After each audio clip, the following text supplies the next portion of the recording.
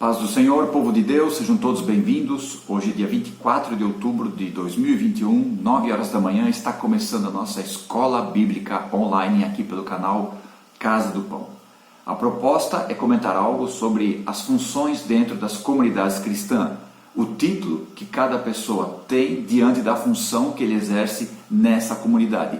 E começamos há uns 2 domingos pelo cooperador, e domingo passado falamos sobre o auxiliar, e hoje vamos estar comentando sobre o diácono. Então acompanhe comigo Atos capítulo 6, versículos 1 e 2. Ora, naqueles dias, crescendo o número dos discípulos, houve uma murmuração dos gregos contra os hebreus, porque as suas viúvas eram desprezadas no ministério cotidiano. E os 12 apóstolos, convocando a multidão dos discípulos, disseram: não é razoável que nós deixemos a palavra de Deus e sirvamos as mesas. Estão mais ou menos ali no ano 40 da era cristã, onde a comunidade cristã ali de Jerusalém cresceu muito, cresceu bastante.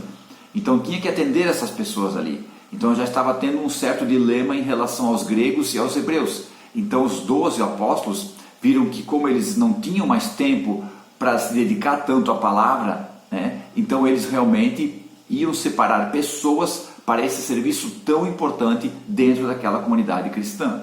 Você que tem a Bíblia João Ferreira de Almeida, ali o título diz: a instituição dos diáconos, ok? E a palavra diácono aparece ali no verbo que está ali no versículo 2, que nós sirvamos as mesas. Essa palavra servir ali, esse verbo, quer dizer, alguém atender, fazer o serviço, ajudar ali naquela comunidade. Essa palavra diácono, ela aparece lá na carta de Paulo a Timóteo, capítulo 3, versículo 8, quando ele diz dos deveres do diácono. Então o diácono ali está dizendo o quê? Um ajudante, um servo, a ideia aqui que é um garçom, aquele que atende nas mesas, aquele que ajuda como um todo. Então veja que é uma função que foi instituída no começo da igreja cristã, para a comunidade de fé realmente ter ali toda a sua estrutura e os líderes poderem buscar a Deus de uma forma mais contundente, mais ostensiva, sem se preocupar tanto do atendimento ali dos membros, dos participantes daquela comunidade cristã. Então veja como essa função de diácono é muito importante para a igreja cristã, seja naquela época que já estava começando a dar problema, e seja para os nossos dias. Hoje, com as várias ramificações do cristianismo, a palavra diácono, o termo diácono, a função ainda existe. No catolicismo romano, são homens que ajudam na divulgação da palavra de Deus, eles prestam o serviço de caridade, isso é, ajuda aos necessitados, e também realizam certas cerimônias, como batismos, como casamentos. Até eu mesmo, quando pertencia à Igreja Católica, o meu casamento foi ministrado pelo diácono da Igreja Católica. E eles também podem exercer a homilia, isso é, uma pregação da palavra mais voltada para o ensino. Na verdade, uma explicação da palavra de Deus. Geralmente, os diáconos nas comunidades católicas, eles são consagrados pelos bispos, eles são ordenados, separados para aquela função pelos bispos. E existe também o diaconato transitório, com pessoas que aspiram a ser padres, que fizeram o voto de celibato. Então estão ali num processo para realmente se tornar padre. E tem o diaconato permanente, que são pessoas naquela comunidade cristã católica que realmente estão ali servindo para ajudar na toda a liturgia ali da missa. No protestantismo, a ideia é quase a mesma, onde eles atuam na organização e na direção dos cultos. Eles ajudam como porteiros, são zeladores, organizam o culto, estão ali perto dos líderes para ajudar na organização do culto, sendo que também praticam a caridade, ajuda aos mais necessitados. Geralmente é na comunidade de fé, entre os membros, mas normalmente se estende à comunidade local, quando realmente há uma necessidade em que a igreja pode e deve ajudar. Nas comunidades evangélicas, a ideia é a mesma dos católicos e protestantes. São pessoas que estão ali ajudando na organização da reunião religiosa e também abrangem a ajuda aos necessitados. Geralmente, nas comunidades evangélicas, o diácono chega mais cedo para preparar todo o ambiente da reunião, para quando os membros chegarem, está tudo ali bem certinho, bem arrumadinho, para eles só chegarem e se prepararem para juntos depois adorarem a Deus. Então aí uma função muito importante para a organização do culto, para a administração das entidades religiosas, a função do diácono. Nas comunidades protestantes e evangélicas, geralmente o diaconato ele vem antes do presbitério e em alguns casos é uma passagem para o presbitério. Tem pessoas que o líder local, o sacerdote, ele separa como diácono. A pessoa está ali ajudando, está ali trabalhando, tem um cargo dentro da denominação cristã, ok? E, consequentemente, dependendo da sua aptidão com a palavra de Deus, dependendo de como ele se comporta, de tudo que ele faz, ele é passado a presbítero, isso é, um ancião. Ele vai fazer parte da liderança da igreja. Então, mas isso tudo é diante do que o líder, o sacerdote local, vai decidir e vai ver todos esses frutos na vida dessa pessoa. Agora vamos ver alguns pré-requisitos para a escolha de um diácono. Nós lemos no capítulo 6 de Atos a situação que estava ocorrendo ali e os 12, os apóstolos, chegaram à conclusão que precisavam de ajudantes, precisavam de pessoas para servir ali, precisavam de diáconos, ok? Então acompanhe comigo, Atos capítulo 6, versículo 3. Escolhei, pois, irmãos, dentre vós, 7 varões de boa reputação, cheios do Espírito Santo e de sabedoria, aos quais constituamos sobre esse importante negócio. Então os 12 falaram para o povo escolher 7 pessoas que deveriam ter boa reputação, cheios do Espírito Santo e ter sabedoria. Então nós vemos aqui 3 pré-requisitos para a pessoa ser um diácono.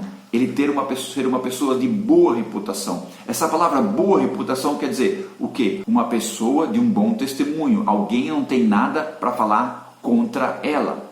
Então esse diácono, a pessoa que vai estar ali servindo a igreja, tem que ter, em primeiro lugar, uma boa reputação, um bom testemunho. Segundo, que é muito importante, o texto de que nós lemos Atos 6 e 3, tem que ser cheio do Espírito Santo. Essa palavra cheio ali quer dizer repleto, completo, alguma coisa que está completando a vida dele. Como Jesus disse lá em João capítulo 15, que sem Jesus, sem ele, não podemos fazer nada. Por isso que é imprescindível que aquele que é separado para a obra do Senhor realmente seja uma pessoa cheia do Espírito Santo, ok? Seja completo, repleto, tenha algo de Deus na vida dele. Irmão, ele não vai estar pregando, não vai estar orando, vai estar ali só ajudando, tudo bem, amém, está certo, mas é fundamental que ele tenha muito, muito de Deus na vida dele. Isso é importante para a pessoa exercer a função de diácono, estar ali ajudando na obra do Senhor. E o terceiro ponto ali, o terceiro requisito ali que está em Atos capítulo 6, versículo 3, sabedoria. Essa palavra sabedoria ali quer dizer o quê?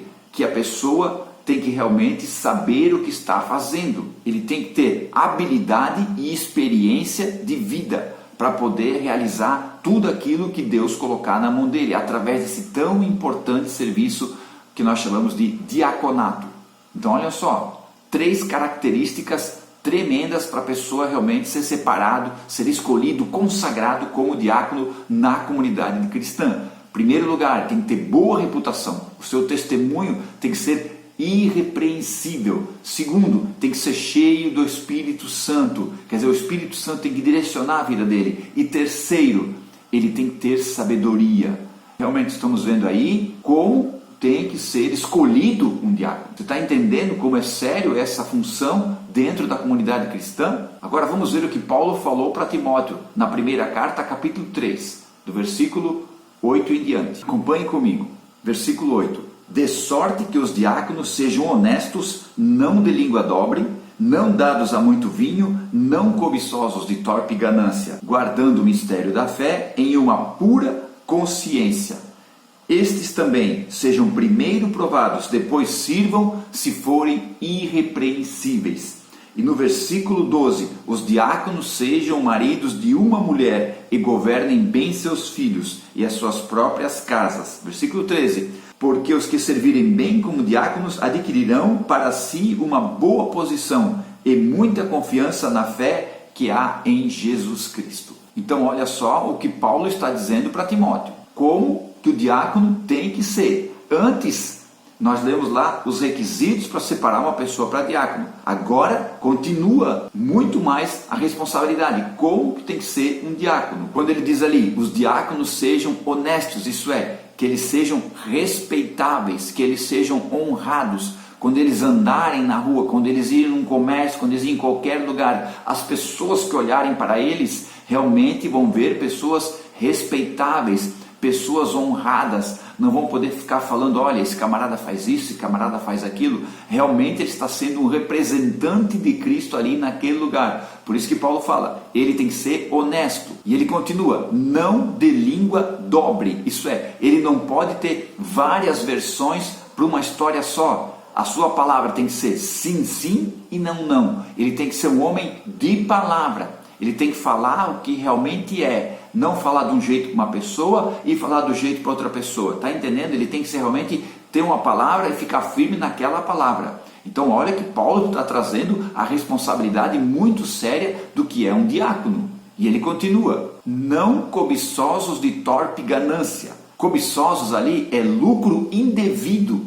Ele está se aproveitando de uma situação para se dar bem, para ter um benefício financeiro, para ter um benefício material. E Paulo é veemente contra isso. Pessoas que assumem cargos eclesiásticos para se dar bem dentro da denominação cristã, meus irmãos, misericórdia. Não estamos falando aqui sobre a liderança, mas líder de comunidade cristã que está usando o seu cargo, a sua posição para benefício próprio, misericórdia, irmão, misericórdia. Que Deus tenha misericórdia da vida dessa pessoa. Mas continuando aqui, guardando o mistério da fé numa pura consciência. Quer dizer, ele sabe o que é certo e o que é errado.